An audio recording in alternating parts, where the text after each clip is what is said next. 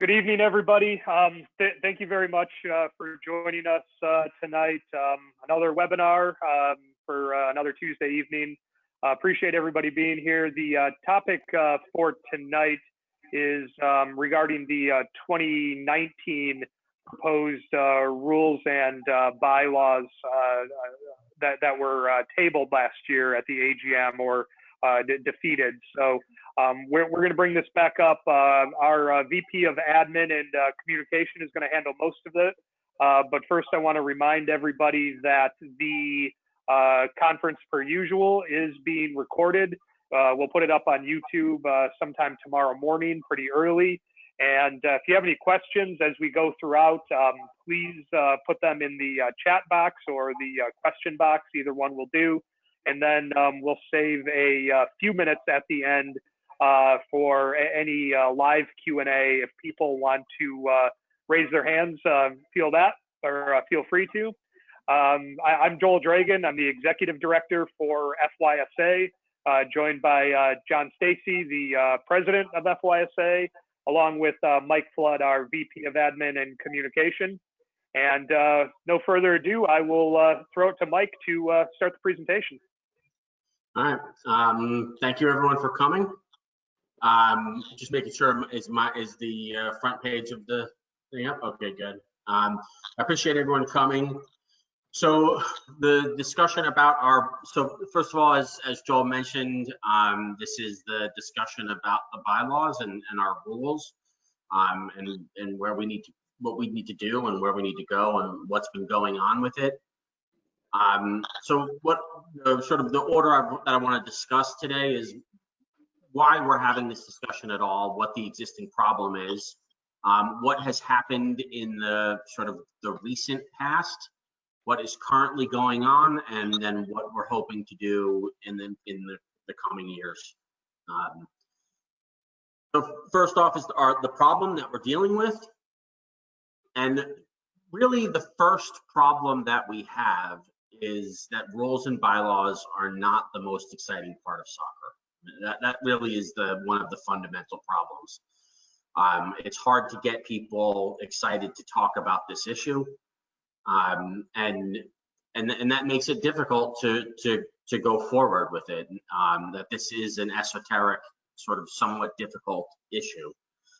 That said, while this is a difficult issue, it is also incredibly important to understand that this is the place where our organization wins and loses. The bylaws are incredibly important.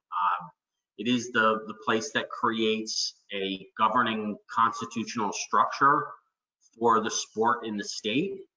And you know, it is so important to have, in order to have competition, to have rules in which we all agree upon, and to develop a system that we're all happy with.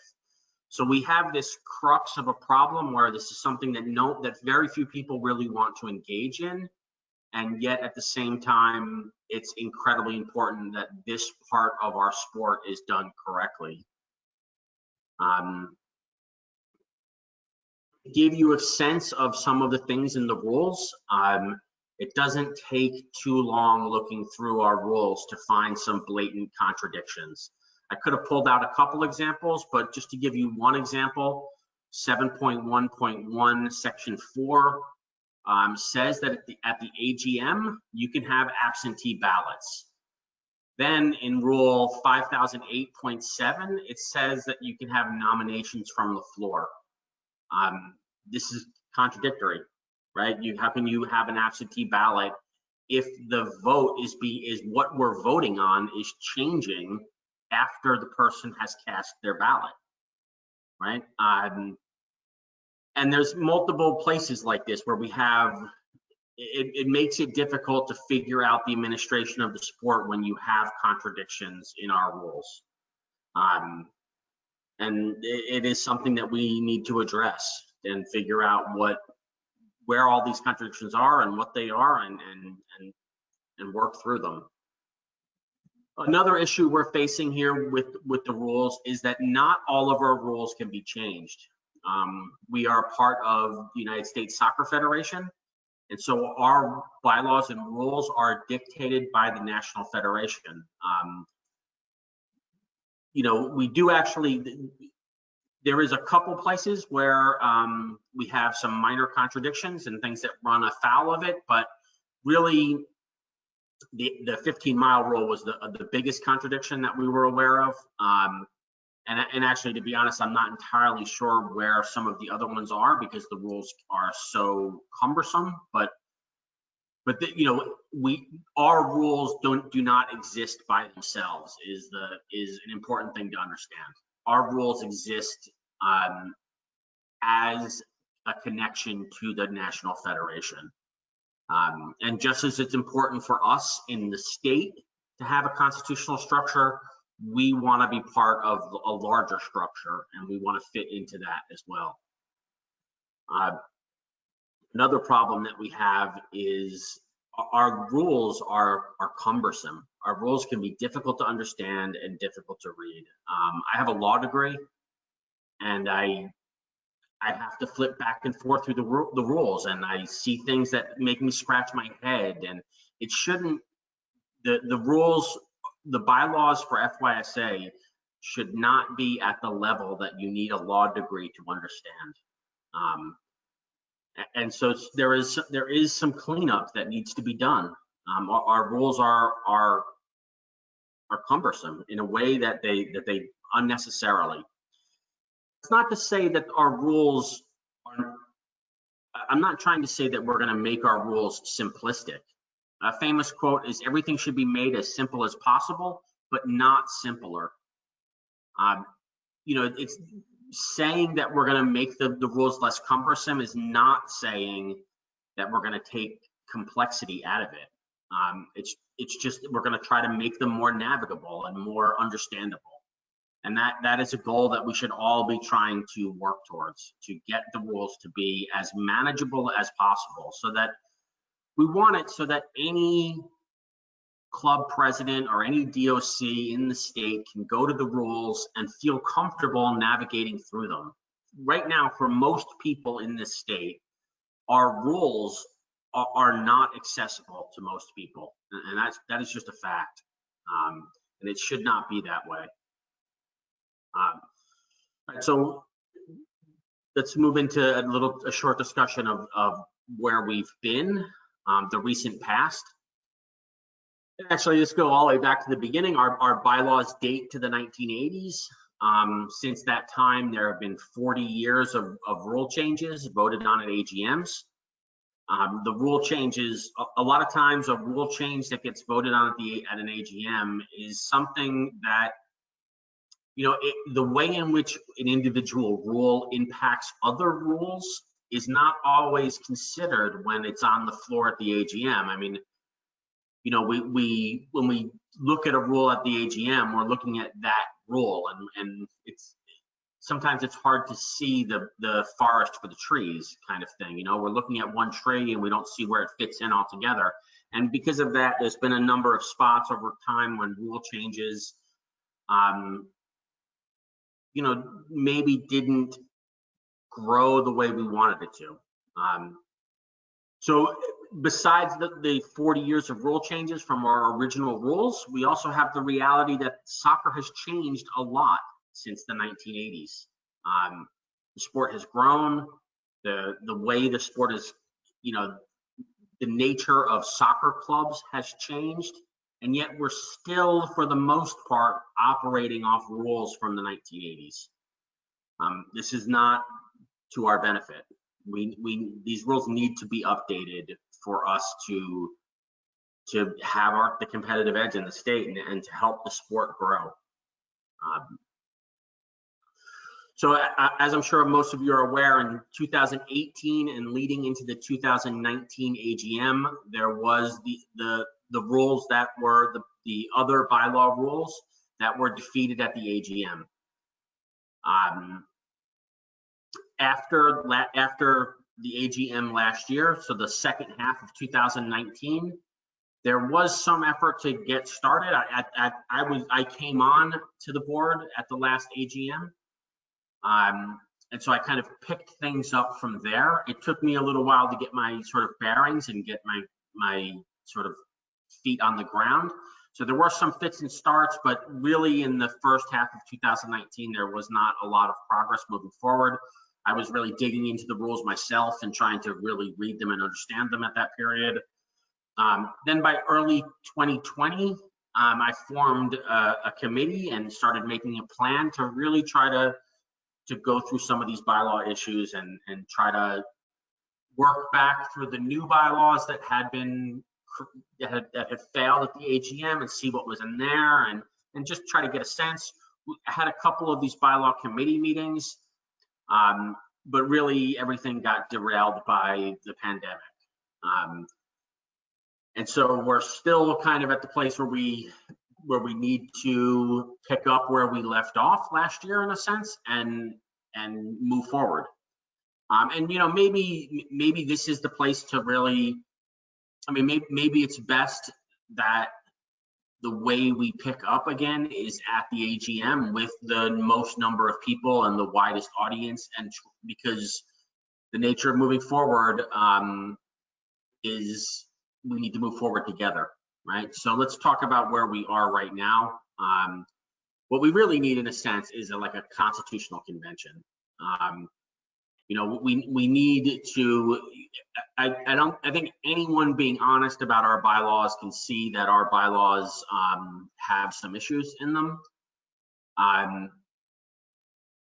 But it is a process to get this changed. And you know, I think, you know, one of the issues with the bylaws that failed is there wasn't enough sort of grassroots involvement. So we need to get as many people, without question, I don't think anyone can debate that the bylaws need to be updated and worked on. The question is how, and really what we need more than anything is a grassroots approach, which is a sort of what a constitutional convention is, right? Get as many people involved as possible.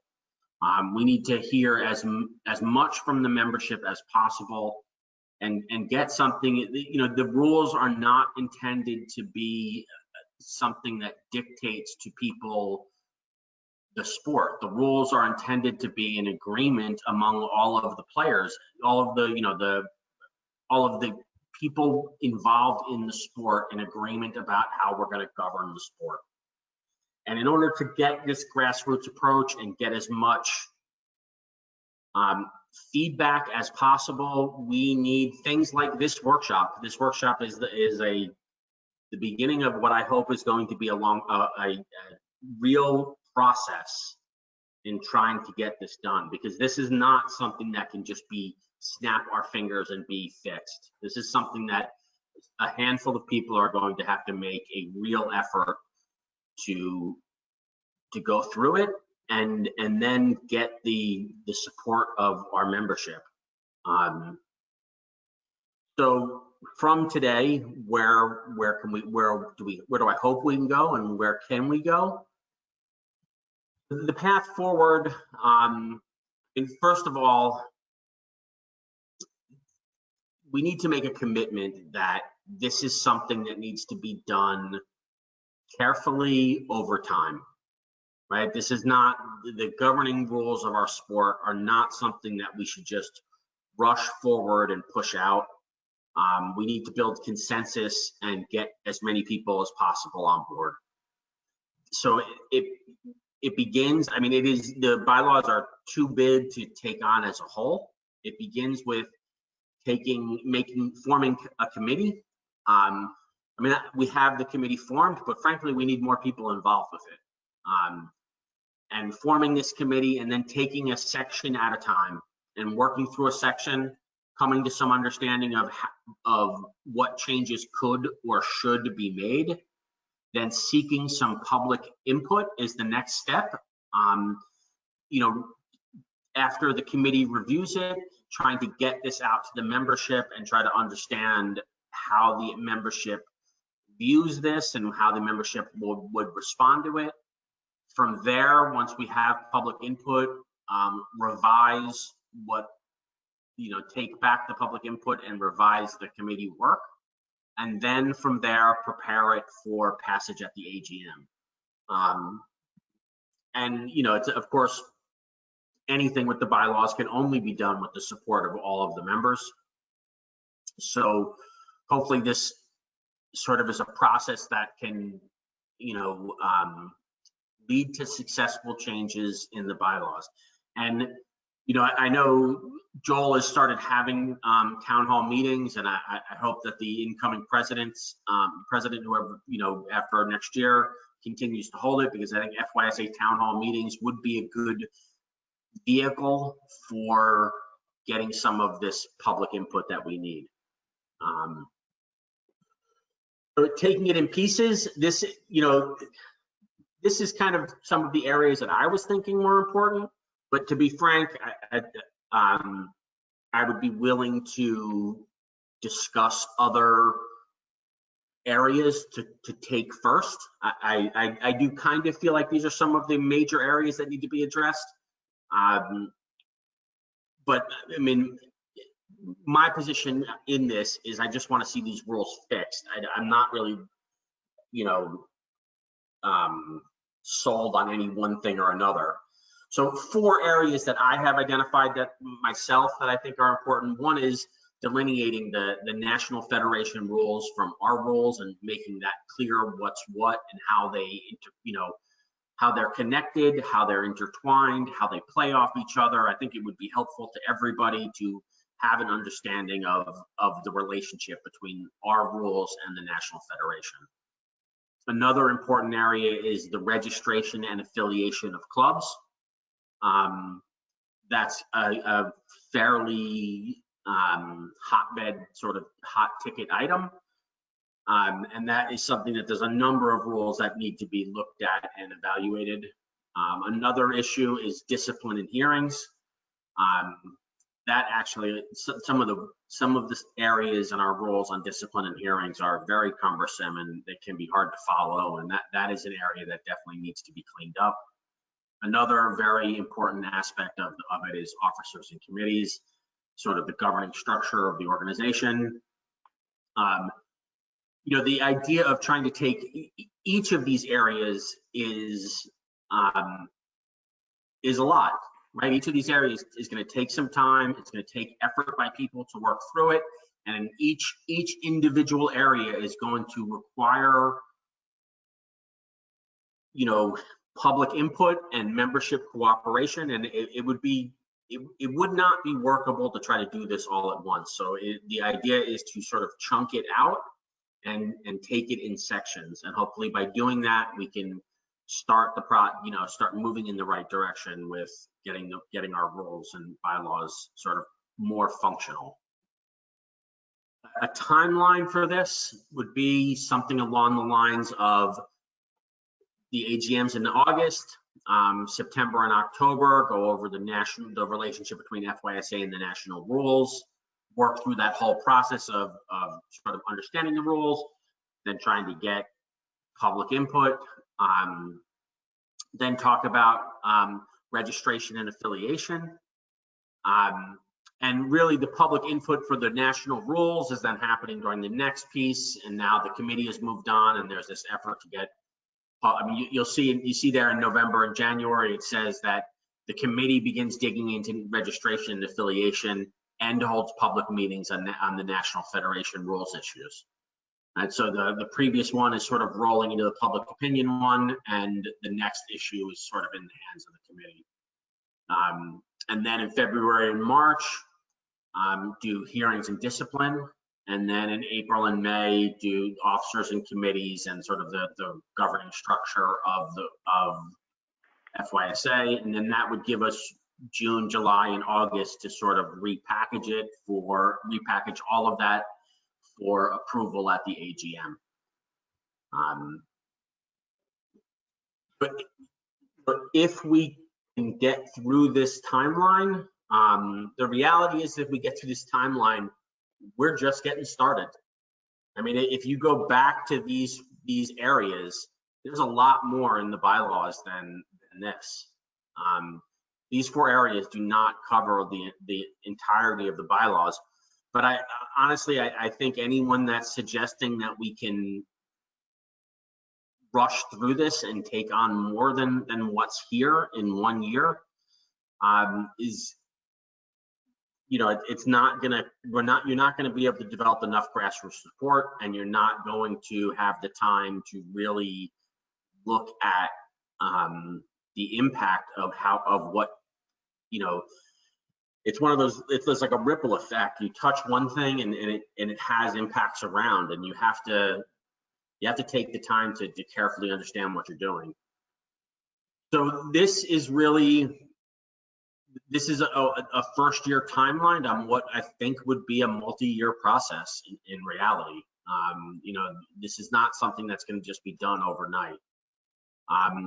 But by taking on this slow, methodical process and focused on member inclusion is very important.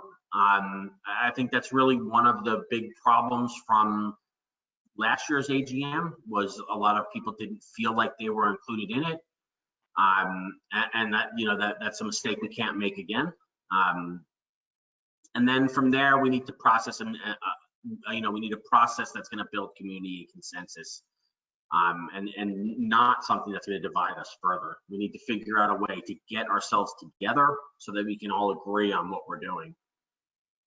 And hopefully then, you know, my goal here tonight is to start a process whereby at the 2021 AGM, we can really be celebrating having made some substantial changes to improving the governing structure of our sport.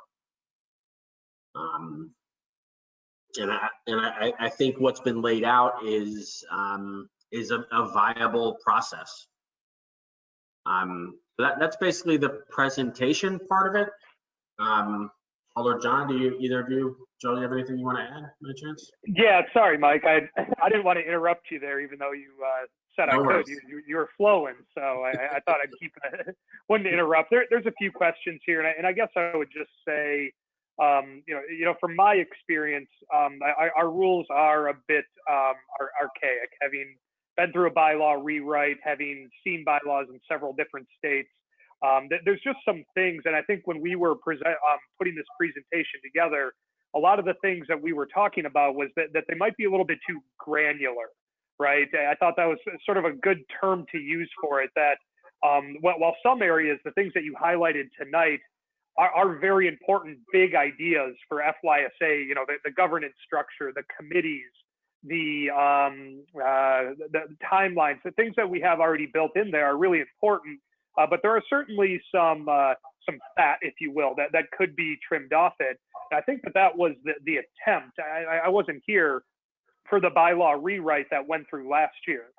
I think it's important to say in this public forum that we're not abandoning the bylaw rewrite from last year. I think that there was some really good work that was done on it, and I think it's just a matter of expanding on it. I was going to touch on just a couple of questions here. First from Tom. So what you're proposing to change is get rid of absentee ballots. Tom and Mike, if you don't mind, I think that was one example of a contradiction that's in the bylaws. How can you have absentee ballots if things are changing on the floor? It doesn't seem like you could have both. It sets up for a really strange circumstance, and I think it was just highlighting one particular question. Who is on the bylaw? Yeah, go ahead, Mike. You know, as to absentee ballots, I don't personally feel one way or the other. If the membership wants to have absentee ballots, that's fine, but you can't have absentee ballots and change the vote structure on the floor. Those two things are contradictory. You know, you can't have someone casting a ballot and then change the nature of what they just voted on after they voted. The moment that absentee ballots are accepted, the change to the rules the vote is locked in place. Otherwise, you're collecting votes that are unfair. However, they want one of the two to have a rational structure in the rules. One of the two has to change. Whichever one changes is fine as far as I'm concerned. But Absolutely. I'd say it's pretty rare to have absentee ballots in a structure like this. This is the first place that I've seen them before, particularly since we do allow proxy voting anyways. I think that was something new that we sort of stumbled on this year. So it's one of many contradictions we've found in the bylaws. Who's on the bylaw committee that you've assembled, Mike? I think I pulled up some emails here. Yeah. Let's see. Go ahead. Yeah, I don't actually have the list in front of me either. I know Yeah, Joel. I've got. You got the list. Yeah, I've got Jen DiTilio, Yep. Richard Chisholm, Kathy Hunter, Paul Van Steenbergen. This is Lee from Fort Elite. Sorry, I'm looking at an old email. It doesn't all have their names in it. Right. Justin Lauer. Justin. A couple other people, but one of the things is the amount of people that we've been getting at any one meeting has, not all of those people have been at every meeting, to say the least. To a large degree, I feel like if you want to be part of this, please let me know. I want people to be part of it. This is not, again, the idea here is to get as much membership involvement as possible, and the more people that are willing to help, the more can be done, is the reality of it.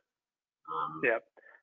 Couple of questions here about the timeline, but I think that you addressed the majority of those, Mike. It's really going to ramp up after the AGM, and we're going to really take a full year approach at it, correct? Yeah, and the reality is that it would be a multi-year approach, because those, like what I outlined was essentially looking at 4 areas of the bylaws, and there are more areas of the bylaws than that. So this is something that is, to be honest, I almost feel like it should be an eternally ongoing process, where we're always sort of self-evaluating our governing structure, but hopefully within a 2-3 years we're at a point where we don't really have a crisis of rules, which we kind of have a crisis of rules right now, in that our rules are less functional at the moment, and so there is this need to address that at the moment and try to get as much done as possible.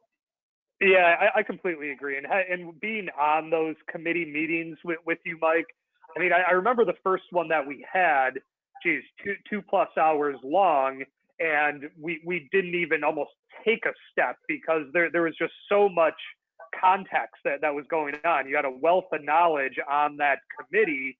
There was a lot of conversation about what happened last year, what went wrong at the AGM, ways that we can be better, that it's almost like we didn't even take that first step forward. So I think having had several meetings on it now, I think you had 3 or 4 that you mentioned. I think that there's a little bit better direction, especially now that you've laid this out there. We can see your screen up there now with the bylaw committee members still. Let's see here. Dara, disregard. We only have proxies, not really absentee ballots. Well, the bylaws do call, Tom, for allowing of absentee ballots. Mike, that was on one of the slides that you had put up there. It was a bylaw when it talks about the methods of voting that can be put out there, and I think that's part of the problem, right? How can you have absentee ballots, A, if you're going to allow for proxies, and B, if you're going to allow people run from floor and make amendments to amendments? It's impossible. Can we get a list of all committee members for all committees on FYSA.com? I know we have the chairs of all the committees out there.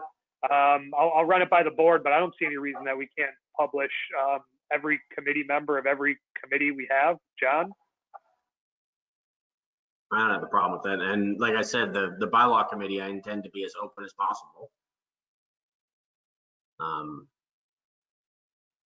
You muted, John? John's muted. Oh, John is, I volunteered last August. I'm willing to help. I'm here. There we go, John. Yeah, that has been discussed in the past. One of the, for some of the committees, I know the discussion has been that those committee members you may not want them to be subject to pressures from, people emailing and contacting them in certain cases. TOPS committee is one that we want those individuals out there engaging. Other committees are behind the scenes. Sometimes it's not a good idea for them to be taking direct input on certain matters, risk management, other such things. But that said, certainly the board can choose to do what they wish to do. Not opposed. Yeah. Yeah, I don't see any reason. I don't see any reason we can't take that issue to the board. And I see what you're saying, John, with the slippery slope. Maybe it's a matter of just names, not contact. But I think post AGM, that's a good question to start with for the board. Yeah. Barb also willing to be a part of the committee as well, Mike. Welcome. Yeah, I welcome Barb's help for sure. I know that we've got a lot of knowledge out there on it. John, now that you're unmuted, anything you wanted to add to that? I think I'm pretty much through all of the questions in the chat box there. Just want to say, a lot of what Mike touched on, I was very vested in this effort last year, and I acknowledge it takes some time. We did engage with a very knowledgeable person, Jim Cosgrove, and he has provided what I think is a great starting point. There are clearly opportunities to improve on the existing rules. We run across things from pretty much once a week or so. It seems like we run across something that makes you scratch your head and say, well, why do the rules say that? So, I think there's lots of opportunity, and I hope to have the opportunity to stay engaged. If Mike will let me continue on that committee to be part of the conversation, I'll definitely do it. We can get to a better place, and it doesn't, to your point about, it doesn't have to mean going simple, but we looked at the number of pages just from a volume standpoint, reducing the size of the document by about 40%. Getting it, streamlining it down to the things that it needs to do, and then moving other things out to policy and to procedures and such like that. I think taking procedures out of the rules themselves would probably cut out 20% right there, without making any change whatsoever the way we do things and what we do. Getting procedures out would be a big improvement, and then tackling some of the harder things like governance and such would go a long way. Yeah, Mike, I sent you just a few examples of things that didn't really seem to belong in there. I mean, from a state organization perspective, do we really need to have our stance on jewelry during matches to be in there?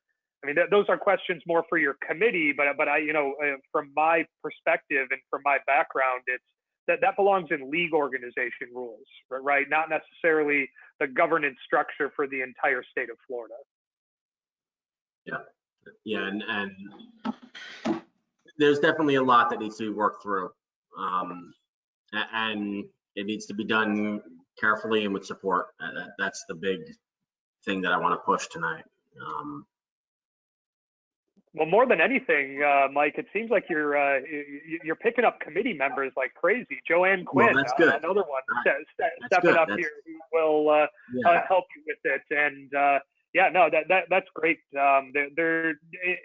John's right. We're always running into things that we find that we didn't know existed, or little nuances, and it shouldn't be that way. It should be more cut and dry.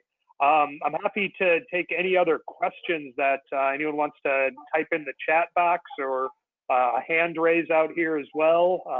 We'll be happy if they raise their hand, can they just speak? Once I unmute them.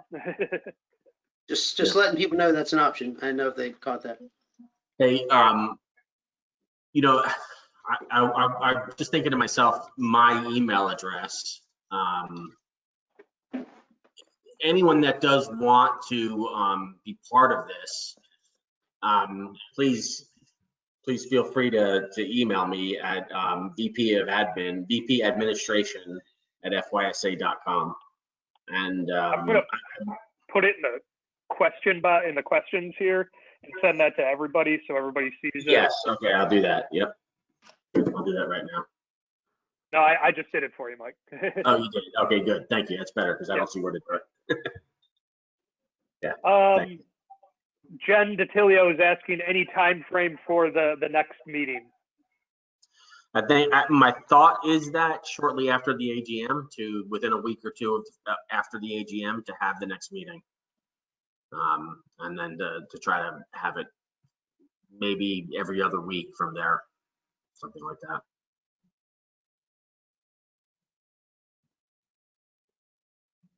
Yeah, how many pages is our document? Are we up to 120 now? That is it's quite lengthy for the governance structure, even for an organization our size, with the number of members we have.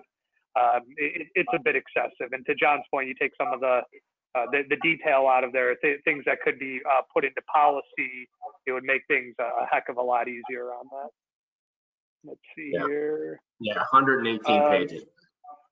Yeah.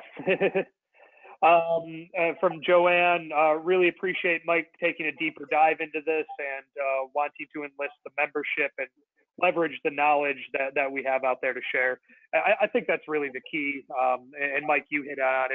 It can't be something that's done in a vacuum, right? It's got to be shared with the membership, and these town halls, these type of engaging environments, I think is really the best opportunity. Take little chunks, to use a word that you highlighted, and present it as it goes along.